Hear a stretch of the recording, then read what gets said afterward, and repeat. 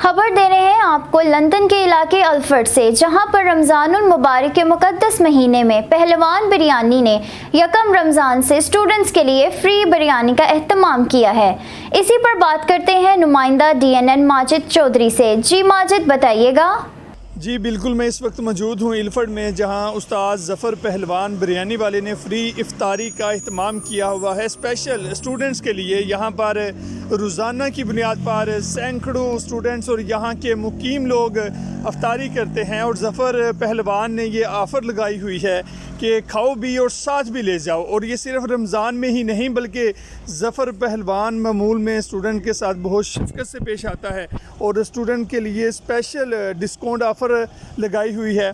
और यहाँ पर जो है वो लंबी लंबी लाइनें जो हैं वो लोगों की लगी हुई हैं, लोग कतारों में खड़े हैं और अफ्तारी के वक्त अपने अपने हिस्से का यहाँ से जो है वो राशन लेके जाते हैं। और ज़फ़र पहलवान जो है वो उसने एक वसी लेवल पे जो है वो रमज़ान में अफ्तारी का जो है एहतमाम किया हुआ है। जी बहुत शुक्रिया अपडेट करने का।